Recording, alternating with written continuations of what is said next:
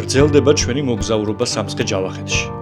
მიუხედავად იმისა, რომ არაერთი შთამბეჭდავი და საინტერესო ადგილი მოვინახულეთ, საქართველოს ამ ულამაზეს რეგიონში კიდევ არაერთი გამორჩეული ძეგლი მდებარეობს. დღევანდელ გადაცემაში რამდენიმე საინტერესო ადგილს მოვინახულებთ და დროებით დავემშვიდობებით მას. მომავალში კი აუცილებლად დაბრუნდებით კიდევ უფრო მეტი ადგილის აღმოსაჩენად.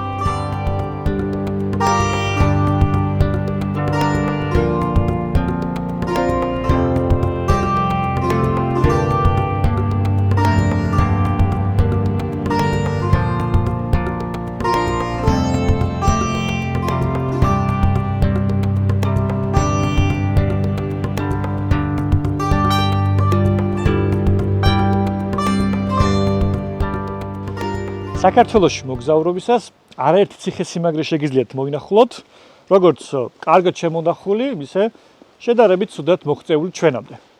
სამცხე-ჯავახეთი ალბათ ყველაზე მდიდარია ციხე-სიმაგრეებით. ეს არც არის გასაკვირი, ვინაიდან ტრის უმრავლესობა სწორედ სამხრეთიდან შემოდიოდა და შესაბამისად ჩვენს მეფეებს, დიდგვაროვნებს ესაჭიროებოდათ ციხე-სიმაგრეები მტერთან გასამკლავებლად. ჩვენც ახლა ამოვედით სლესის იგივე მოქცევის ციხეზე, რომელიც გზის პირას მტკვრის მარცხენა სანაპიროზე მდებარეობს და 5 წუთიც არ დამჭირდა აქ ამოსასვლელად. ეს არის ქვითკირით ნაშენები შუა საუკუნეების ციხე-სიმაგრე, რომლის უდიდესი ნაწილი ჩამოშლილია, მხოლოდ გალავნის სამხრეთ-აღმოსავლეთ ნაწილია შემორჩენილი, მაგრამ ამის მიუხედავად საკმაოდ შთამბეჭდავად გამოიყურება. აქვე არის ერთი საგუშაგო კოშკი მდინარე მტკვართან, ხოლო მეორე მის გადმოსწვრი უშუალოდ გზაზე მდებარეობს. რაც თავარია, აქ ამოსვლისას არაჩვეულებრივი ხედები გადაიშლება თქვენ თვალწინ. განსაკუთრებით ამ პერიოდში, როდესაც მთები არის ამწვანებული, სხვადასხვა ფერის აყვავებული ყვავილი მოსჩანს, აქვე არის მტკვრის ხეობა, მოკლედ არაჩვეულებრივი ხედები გარანტირებული გაქვთ. როგორც ვეკითხარით, მარტივი ამოსასვლელია და ყველას გირჩევთ, როდესაც ამ გზაზე ჩაევლით, გაჩერდეთ, გამოყოთ 20 წუთი მაინც და დატკბეთ ამ არაჩვეულებრივი ციხე-სიმაგრით და ხედებით. ციხე-სიმაგრე ბუნებრივად საკმაოდ დაცულ ადგილასაა აგებული და ასევე აქედან კარგად კონტროლდება მტკვრის დინება ორთავე მიმართულებით, რაც მის სტრატეგიულობას განაპირობებდა. სიმაგრე კლდესთან არის შეზრდილი და შორიდან ერთთლიან მასივად აღიქმება. ციხე თითქმის ყველა მხრიდან მიუვალია. სლესა სოფელიც იყო და ციხეც. კომპლექსის შიდა ეზო 3 ბაქნისგან შედგება. ყველაზე დაბალ სამხრეთის ბაქანზე სხვადასხვა ნაგებობათა ნაშთებია. მეორე ბაქანზე პატარა დარბაზული ეკლესიის ნანგრევებია. ზედა ბაქანზე კი კუთხე მომრგვალებული მაღალი კოშკია აღმართული.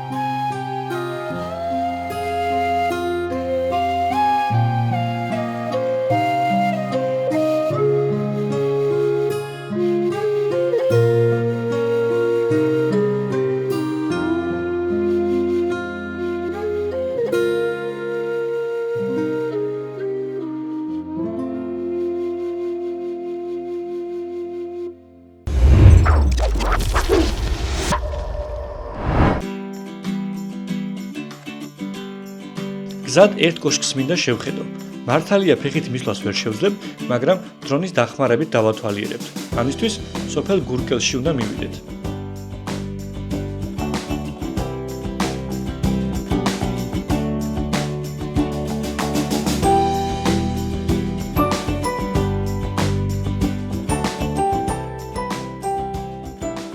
გურკელის ეს ქედი გორა ნამოსახლარია, სადაც აღმოჩენილია წინა ფეოდალური ხანის შავი და წითელი კერამიკა. ამ ტერიტორიის მფლობელები მე-13 საუკუნეში გურკელების საგვარეულო ყოფილა. ქედზე მდებარეობს ეს 4 კუთხა კოშკი, რომელიც გათლილი ლოდებით აუშენებიათ. შესაძლოა აქ ეკლესიაც მდებარეობდა. როგორც ხედავთ, დღეს მხოლოდ ნანგრევებია შემორჩენილი.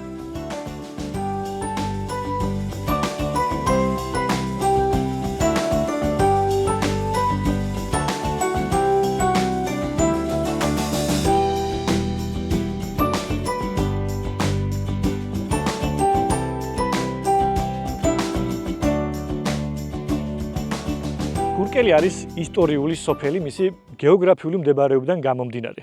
ახლა სადაც ჩვენ ვიყოფებით, ეს არის გურკლის ხეობა და აი ეს გზა გადადიოდა იმერეთში. შესაბამისად, სტრატეგიულად მნიშვნელოვან ადგილს წარმოადგენდა. ამ დღეების განმავლობაში სამცხე-ჯავახეთში მოგზაურობისას მოვინახულეთ არაერთი ციხე-სიმაგრე, ეკლესია, მეჩეთი, ეს იქნებოდა როგორც მართლმადიდებლური, კათოლიკური, ებრაელების სინაგოგა, მაგრამ სამცხე-ჯავახეთი არის მდიდარი ასევე თავისი სამზარეულოთი. სწორედ ამიტომ ახლა ვაპირებთ რომ წავიდეთ ახალციხის გვერდით არსებულ სოფელ ღრელში, სადაც ჩვენი მასპინძელი ბატონი ზაზა ივანიძე გაგოცნობს მესხურ სამზარეულოს. როგორც ვიცი უკვე ფურნე გახურებულია და არის მზად იმისთვის რომ როდესაც იქ მივალთ, გამოვაცხოთ მესხური პური, ქადა ხაჭაპურები, ასევე ლოკოკინა და რაც ჩემთვის ძალიან განსაკუთრებულია მესხური ხინკალი, აპოხტის ხინკალი. ძალიან საინტერესოდ ჟღერს ჩემი აზრით და ახლა აღარ დავკარგავ დროს და დავიძრებით სოფელ ღრელისკენ.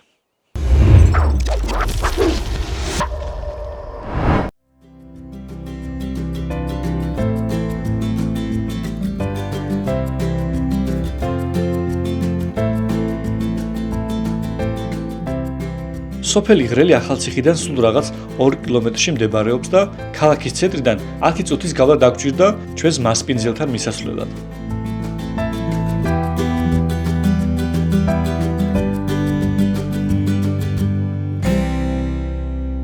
ჩვენთან მესხეთში ყველა ოჯახს, მათ შორის მეც მაქვს ეს მესხური ქვის ფურნე, სადაც ტრადიციულად როგორც ბაბუჩემი მისი მეზობლები სანათესაო, იმიტომ რომ შრომატევადიანი, დღეს თვითონ თქვენ ნახავთ როგორი შრომატევადიანი არის, ასევე მამაკაცები ეხმარებოდნენ, უფრო ძირითადად ქალის საქმე იყო ცხობა, მამაკაცები ფურნის შეკვრაში, ცეცხლის მიცემაში, გამოხვეტაში და შემდგომ პურების, ასე ვთქვათ, დაბინავებაში ეხმარებოდნენ.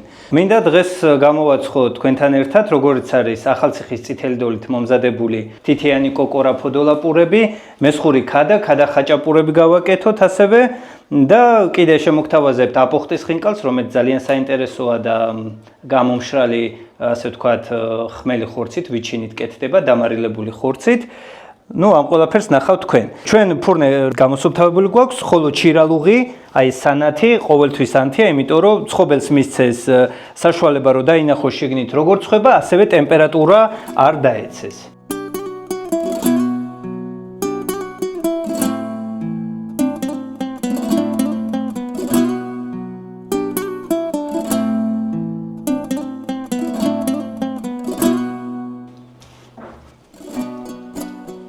აკეთებდნენ ჩვენი წინაპრები, ერთმანეთს ეხმარებოდნენ, როგორც ნათესავები, მეზობლები და ამ გახურებულ ფურნეში სხვადასხვა ოჯახები გამოატარებდნენ, ასე ვთქვათ, პურის სხვადასხვა სახეობას. ფურნე პირველ რიგში რო ცხელი არის, ამიტომ პირველად ასეთ თითიან შოც, კოკორს, ფოდოლაპურებს გამოატარებენ, რო ცოტა შეგრილდეს, მერე უკვე ხაჭაპურები ცხება, თანამიმდევრობით, შემდგომ ქადები, ბოლოს კიდევ სომინი პური. აქ არის ფქვილი წყალი და დედოთია, პურის დედოთი მოზელილი ეს ჩვენი ახალციხის წითელი დოლი. ეს არის ადგილობრივი ჩვენი მესხური ხორბალი, ასევე მაქვს დიკა, რომელიც არის ენდემი, სოფლიოში სულ 17 სახეობა არის და მათ შორის 4 სახეობა ჩვენ საქართველოს გვაქვს ეს ჩვენი ენდემი.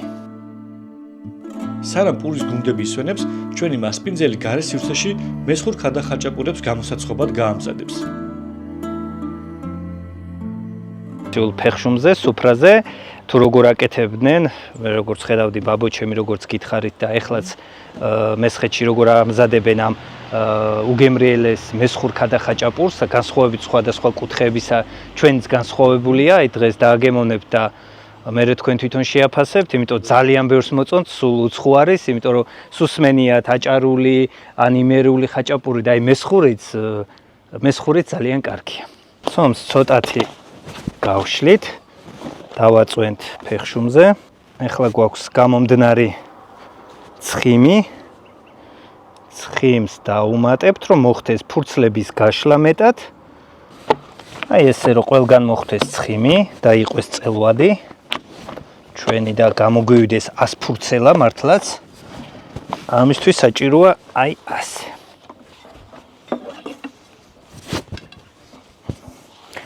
აი ჩვენს სუფრას, ფეხშუმს გარშემო შემოუვლით და გავხდით ციფრიფანა ცომს.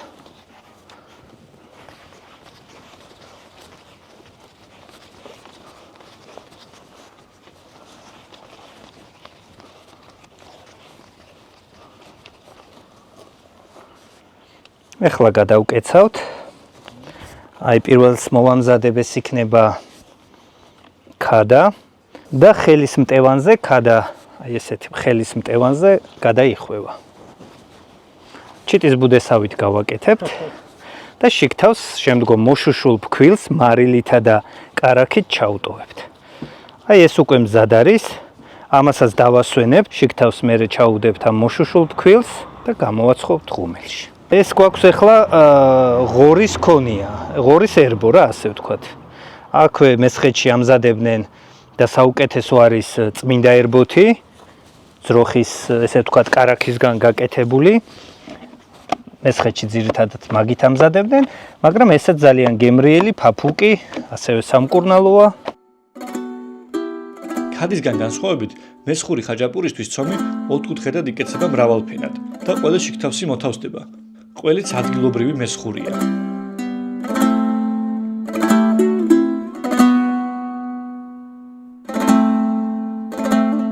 იქიდან გამომდინარე, რომ ცხობა დიდ დროს მოითხოვს, არსებობს წასახემსებლებიც.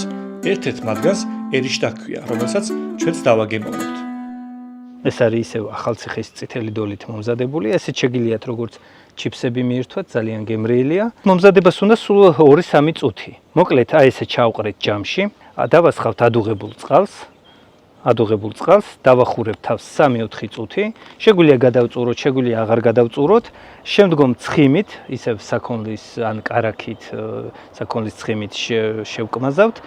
მაწონ და ნიორს თუ დაუმატებთ, მერე გემოვნების მიხედვით შეგვიძლია ყველი დავაქვთ, ან სხვადასხვა რაც ჩვენ გვესიამოვნება, ან ტკბილი, ან მწარე, რა ვიცი, ვის რა ესიამოვნება და არის უნიკალური კერძი, საუცბათო. ქართული მაკარონის სპაგეთი. ეს არის აი მესხური, სადაც აი საუცბათო სტუმარი რომ მოვიდოდა ან სამუშაოდან, ყანიდან, მინდვრიდან, სათიბებიდან როცა მოდიოდნენ და ისედაც დაღლილები და ამის დრო არ ქონდათ, ერთი იმდენი წყალს ადუღებდნენ, წმინდა ერბოს ჩადებდნენ, მაწონი ქონდათ, იმიტომ რომ მესაქონლეობა აქ ჩვენთან მეხორბლეობა განვითარებული იყო და არის კიდეც. და ესე ხდებოდა ამ ეს კერძი თქვენ ამზადებთ მაგალითად თუ არიან კიდე ადამიანები? არ არიან. სხვათა შორის უკვე დავაფასოვე და აი გუშინ დედაქალაქში მქონდა ეს ბაზრო ევროპის დღესთან დაკავშირებით. იქ ქონდა გატანილი, ძალიან დიდი მოწონება იყო, ინტერესი გამოიჩინა ხალხმა, ეს რა არის ახალი პროდუქტი. აი რატო თქვათ, ნუ ეხლა მე სხვა იმაზე არა მაქვს, მაგრამ მაინც ჩვენი ხოჯობია ქართული და ადგილობრივი. რა თქმა უნდა, კი. თან გვაქვს რატო არ უნდა მოვიტყნოს? არის უცხოეთი ძალიან კარგია შემოდის სხვადასხვა, მაგრამ ჩვენი წარვადგინოთ, რომ ჯერ ჩვენმა მომხმარებელმა გაიცნოს და მერე სოფლიომ გაიცნოს. ხელმა შევწყოთ ამას პირველ რიგში.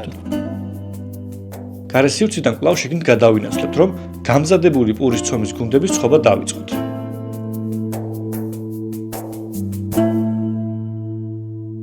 ვიღებთ გუნდას, უკვე დასვენებულ გუნდას, ახეთ თითების მეშვეობით გავწელავთ. დავდებთ ნიჩაბზე, ამას ქვია თითიანიც, იმიტომ რომ თითების საშუალებით ხდება გაწელვა და ფურნეში შევსვავთ.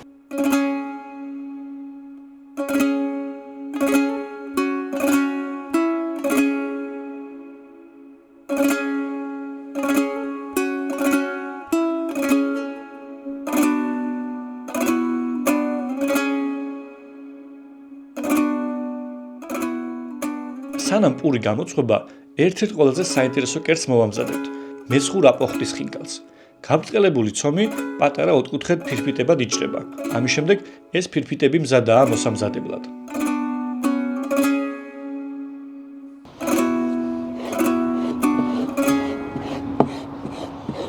აპოხტი ეს არის უკვე ჩვენ გვაქვს საქონლისა და ღორის რბილი ხორცი დამარილებული და გამომშრალი, ეს ზამთრის პერიოდში ხდება, აი ყინვები რო წაკრავენ, ძალიან კარგი იკეთდება. ასევე არ არის მწერები, ისა ბუზი და ასე შემდეგ არ დააჯდება და ძალიან კარგად მუშაობს, გამოდის 2 თვე-ნახევარი მაინც ჭირდება მის გამოყვანას. ისე ტრადიციულად ბატისგან მზადდება ბატის აპოხტის ხინკალი. ბატს კლავენ ზამთარში, აი ყინვას რო უკვე შეჭამს თოვს, გაპუტავენ, გამოშიგნავენ, ჩამოკიდავენ, გამოახმებენ და ძვლიანად ამზადებენ ამ აპოხტის ხინკალს. კუთხე აქვს, მას დაბოლოება, ვიღებთ 2-ს, ვაწებოვებთ, ვიღებს შემდგომ 2-ს. სამხარეს კეცავთ, მე-4-ს პატარა სტოვებთ. და აქედან შედის წვენი, რომელიც ამ ჩვენს აპოხტს არბილებს და თან წვნიანი გამოგვდის ჩვენი ხინკალი. განსხვავებით იმ ქართული ხინკლისა.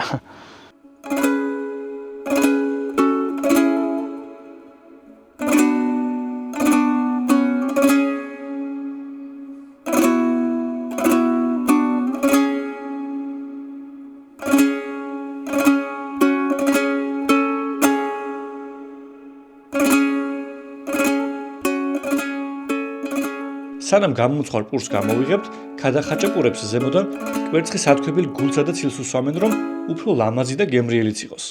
პური ქადახაჭაპურებმა შეცვალა ფურნეში.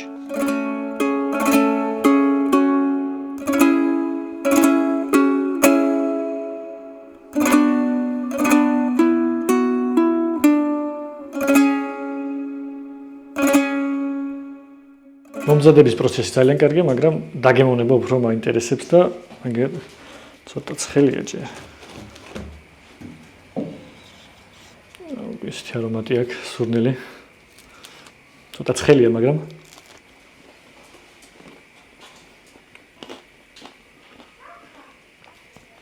უგემრიელესია. ესეთი პური მგონი არ მჭამე, ზოგადად პური ძალიან მიყვარს.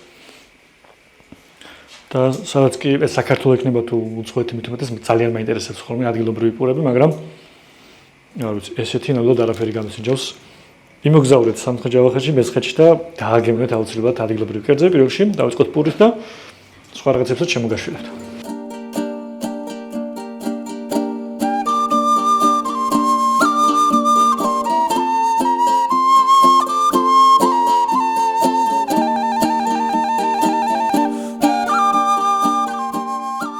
პურის საოცარი არომატის მიზეზი ფქვილშიცაა. მესხური ხორბალი ბიოპროდუქტია და ის პესტიციდების გამოყენების გარეშე მოჰყავთ. ხორბალი ტრადიციულ ქვის წისქვილში იფქვევა. ასევე ტრადიციულ ჭურჭელში მზადდება აპოხტის ხინგალი, რომელიც ბატონი ზაზას დიდი ბებიის მზითვიდან არის. ფაცხაში კი მისი წინაპრების მიერ 1952 წელს დამზადებული ფარდაგი ჰკიდია.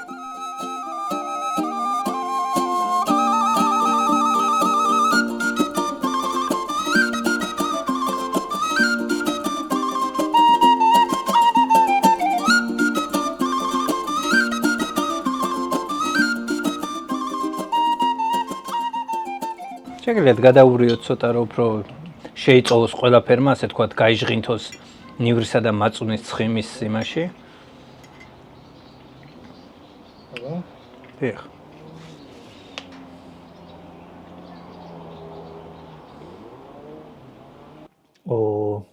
აი განსხვავებულია იმ ტრადიციულ ხინკალ, ასე თქვათ, ქართულ ხინკალთან, ჩვენი უფრო კუთხის. რაც ქონა მანამდე გასინჯული ესე იმაზე ბევრად გემრიელია. გაიხარეთ. და დავაგებინოთ ტრადიციული წვენი, ყაისაფა, რომელიც დამზადებულია გამომშვალ ხილზე, ჭირი და დამატებული აქვს თაფლი, ხო? აბა, დავაგებინოთ პირველად.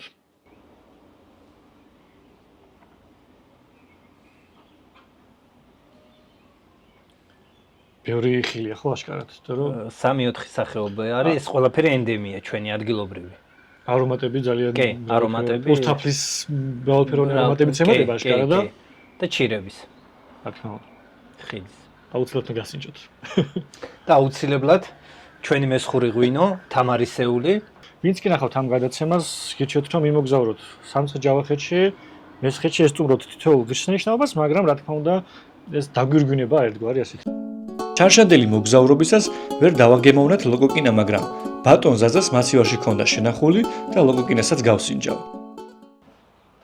ისე გამოიყურება. ვა. თავისებურია მაინც რაღაცა. თავისებური გემო აქვს? კი.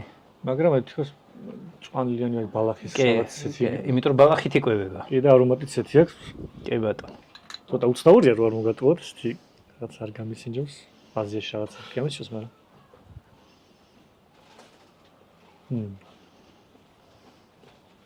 შემთხვევით სიმართლე გითხრათ, ესეთი კერძები მაინც არ მიყვარს ხოლმე, მაგრამ გასინჯო შეიძლება. მე ვფიქრობ, რომ უნდა დააგემოვნოთ ყველა და რა თქმა უნდა. ერთად გავსინჯავ და სამით. დიახ, დიახ.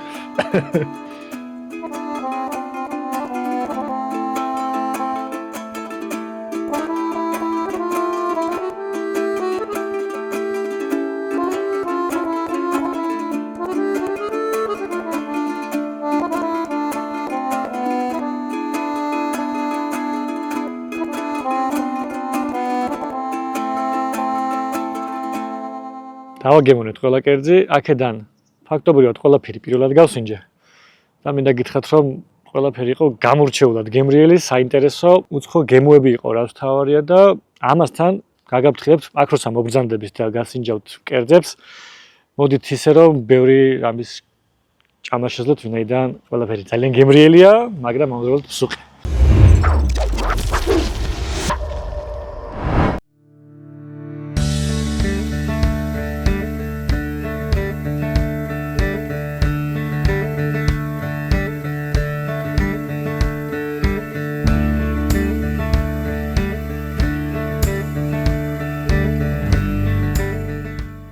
სანამ სამცხე ჯავახეთს დავტოვებთ, მინდოდა ერთი ციხე მომენახულებინა, ეს არის დვირის ციხე, რომელიც მტკვრის მარჯვენა სანაპიროზე სოფელ დვირში მდებარეობს.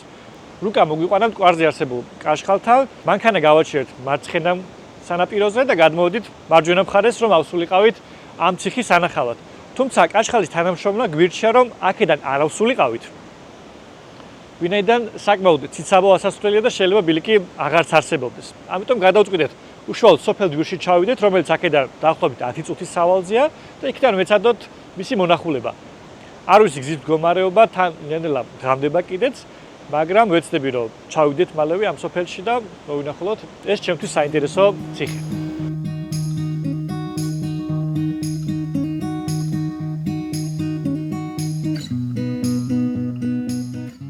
თავარი გზიდან მარჯვნივ გადავუხვიეთ.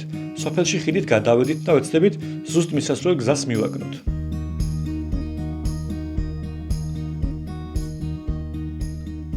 გამარჯობა. გაცრავთ, ციხეზე გვინდა ასვლა და სასაფლაოებზე როგორ მოხდით? ციხეზე მაღლა დიახ. ციხეა. როგორ ახლა რო ამოიარეს შესახვევი რო არის მარჯვენა. აქეთ შეგვიხვია? ხო, უნდა შეგეხვია და მე წახვიდე ზეით. სასაფლაოს კესი ავად, ხო? კარგი, დიდი მადლობა. არის შესახვევი. უღრესი მადლობა. გაიხარეთ. არაფერს.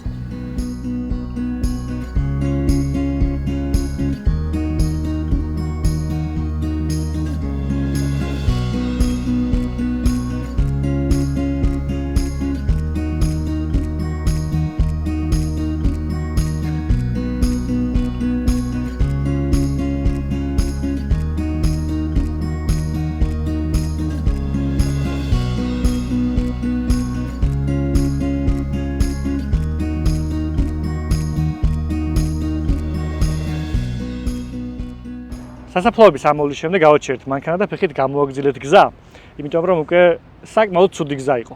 თუ იქნებით მაღალი გამალობის მანქანით, კარგი საბურავებით და არ იქნება ნაწვიმარი, შეგიძლიათ სცადოთ რომ ბოლომდე ამოხვიდეთ ციხის თავში. თუმცა, როგორც ასეთი ბილიკი არ არსებობს, დაკარგულია ვინაიდან როგორც ჩანს, არც ისე ბევრი ადამიანი არ მოდის ამ ციხესთან. გავიარეთ გავალი ბუჩქები და საბოლოოდ დავინახეთ ნანგრევები და ჩამოვედით აქ. აქედან ხედავ გალავანს, მაგრამ სავარაუდოდ წრე უნდა დავარტყათ, რომ შიდა ტერიტორიაზე მოხვდეთ, სადაც ან კარიბჭე იყო შესასვლელი, ან ფანჯარა, საიდანაც უშუალოდ ხეობა იშლება. ამიტომ გავაგზავნებ გზას ისევ ამ მიმართულებით და ვეცდები რამენაირად მოხვდე იმ ადგილას, ვინაიდან ძალიან მაინტერესებს დავინახო რა ხდება.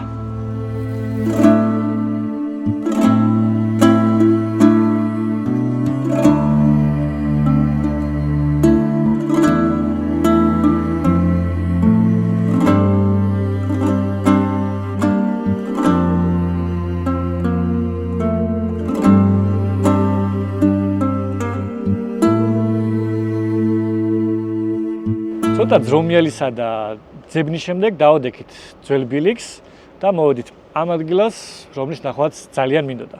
როგორც გითხარით, ეს არის დვირის ციხე და ის აშენებულია მე-13-მე-14 საუკუნეებში. რა თქმა უნდა, ეტყობა მომდევნო საუკუნეებში შეკეთების კვალიც. განსხვავებით გარშემო არსებული ციხესიმაგრეებისგან, ეს ციხე არის აშენებული ორ იარუსად. ძალიან უცნაურია, რომ ისტორიულ წყაროებში ეს ციხე არ არის მოხსენებული, მაგრამ ამის მიუხედავად შეგვიძლია თამამად ვთქვათ, რომ ის საკმაოდ სტრატეგიულ ციხეს წარმოადგენდა. ამაზე მოწმობს ის ფაქტიც, რომ მე-20 საუკუნეში აქ არქეოლოგიური გათხრების შედეგად აღმოაჩინეს განძი, კერძოდ მე-11 საუკუნის დათარიღებული ბიზანტიური მონეტები. ამას გარდა ისტორიიდან ვიცით ლეკიანობის შესახებ, კერძოდ 1732 წელს ლეკები მოადგნენ ამ ციხესიმაგრეს, აიღეს ის და მხოლოდ ამის შემდეგ შეძლეს ასპინძის და სხვა ტერიტორიების აღება. როდესაც საქმე ეხება ამ ციხის სტრატეგიულ მნიშვნელობას, არც არის საჭირო მოვიშველიოთ ერთგვარად ისტორიული წყაროები, ვინაიდან ერთი შეხედვითაც შეგვიძლია ამაში დავრწმუნდეთ. ვინაიდან ამ ღიობში სადაც ახლა მე ვიმყოფები, ხელის გულზეა გადაშლილი მთელი ხეობა და არ არის გასაკვირი, რატომ აარჩიეს ეს ტერიტორია ციხის ასაშენებლად. რაც შეეხება ამ ღიობს, რომელიც გალავანში არის მოქცეული, ერთ-ერთი განსაკუთრებული ადგილი ალბათ, რომლის სიმაღლეც არის 230 სანტიმეტრი, სიგანი არის 130 სანტიმეტრი და კიდევ ერთხელ გამეორდები, აქ თუ მობრძანდებით და აი აქ დაჯდებით, სასწაული ხედები გადაიშლება თქვენ თვალწინ. ციხე მტკვრისა და ქვაბის ხეობებს და აქ გამავალ მნიშვნელოვან გზას აკონტროლებდა. სიმაგრე ნაგებია მონაცისფრო, ფლეთილი, სხვადასხვა ზომის ქვებით და დუღაბის სქელი ხსნარით. ზედა უმაღლესი ნაწილი 30-ოდე მეტრით მაღალია ქვედა ტერასაზე. გულ დასაწყვეტია, რომ მთელი მოგზაურობის განმავლობაში ფაქტობრივად არც ერთი ტურისტი არ შეგვხვედრია. არადა ეს რეგიონი თავისი ისტორიითა და არქიტექტურული ძეგლებით ნამდვილი საგანძურია. იმედს ვიტოვებ, ეს ყველაფერი გამოსწორდება და სათანადოდ მიხედილი და დაფასებული იქნება თითოეული მათგანი.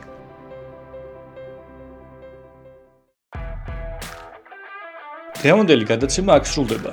შემდეგ გადაცემაში ვიწყებთ მოგზაურობას ფრანგულ პროვანსში. გამოყვებით!